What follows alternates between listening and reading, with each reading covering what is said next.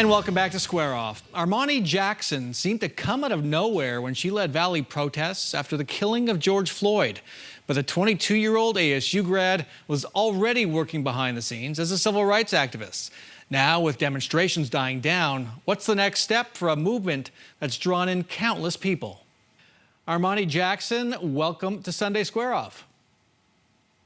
Thank you for having me. You're the NAACP's Arizona Youth and College Chair. You've been involved for a while. Let's talk about the protest demonstrations first. Are they over?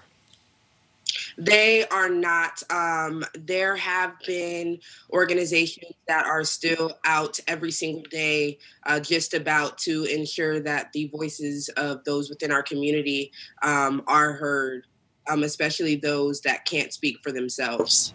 Okay, and to be clear, you're one of many leaders of demonstrations we've seen over the last several months now. Let's talk about you because you're relatively new on the scene. How long have you been preparing for this moment? I honestly have been preparing. My friends can tell you this too. I've been waiting for this movement for the longest time, since I was young. Really, since I was in high school. Yeah, I've been waiting for this for years. Can you tell us about an experience you may have had or something that just told you we need to do this? It would really be my dad. My dad has had one of the biggest impacts on my life just because he has been affected by the criminal justice system and by mass incarceration, as he was incarcerated all of his 20s. And he is a prime example of the school to prison pipeline and how, systems work together to really impact the Black community. So my dad has definitely been one of the biggest impacts, and he's probably the one that I think he's the one that sparked the fire that I have in my stomach. And so you emerged as a protest leader, maybe leading a movement or a group for the first time. What did you learn? What did you learn about people, about the police, about the media? As far as people, I've learned that everybody needs a strong leader. And if they're, I know a lot when the protests first started, a lot of people feared, the rioting and the looting. And one thing that I was very strong on was leading a peaceful protest. I was very adamant on that. And, by me being repetitive and me being adamant on that, the people, they followed that, and they wanted to ensure that we ended the protest peacefully as well.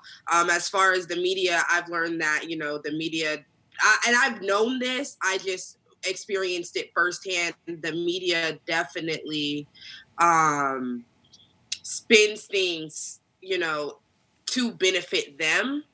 And they don't tell the full story. Like what? So when the interviews that I've done with, some news personnel, they only give like half of what I say. They don't give, the full, they don't give the full story. And I've noticed that they've done that with, some of the people that I'm connected with that are leading protests as well. And not only that, but they framed the Black Lives Matter movement as a movement that is not for the people, in the sense that they shine a negative light on the Black Lives Matter movement. Whereas we've seen there's been anti-mask rallies that have been happening, and not much has been said, and there has, in terms of the police, because you asked, what I've learned about the police is they like to militarize the Black Lives Matter movement and those of us that have been active in this movement, and that's something that, for me, is very disturbing, because the police is there. That's why we're here now, is because the police are always trying to militarize Black lives. But as we saw at the anti-mask rally, there weren't any cops to be found, and they weren't trying to militarize those that were a part of those rallies. I have to ask about masks because folks were concerned about the rallies and masking, and I believe it's been reported that you yourself were diagnosed with COVID. How concerned are you about the health of folks at the Black Lives Matter rallies?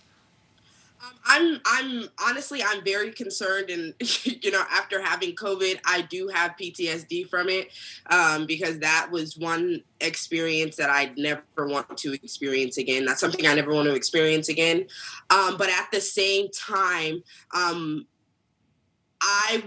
we know the risks when we're going out there, but we're taking those risks because this is something that is important to us, and something I say this all the time. This is a movement that I'm willing to risk my life behind, because I've been so passionate about this for years, and I'm very passionate about my community and ensuring that the voices within my community are heard and respected. If there were one thing to come out of this, one change, what would it be? Definitely defunding the police and allocating money from police departments into the community to ensure that we're getting proper education, especially for those that are in low-income communities. And when you say defunding the police, do you mean eliminating the police department or taking some of the money budgeted for police and putting it somewhere else? It's so funny that you asked that question, because a lot of people think when we say defunding the police, we mean get rid of the police altogether. But what I'm saying is to allocate some of the money that is given to these police departments and to put it into the community. And also having crisis response teams for nonviolent calls that departments are getting, so that we don't have, police officers showing up to nonviolent situations and then escalating those situations and taking the life of someone who was unarmed and innocent. All right, we have to end it there, but thank you so much for joining us, Armonee. Thank you so much for having me. You have a good one. You too. Take care. That's our show for this week. It is so good to be back. Thanks very much to all of our guests, and thank you so much for joining us.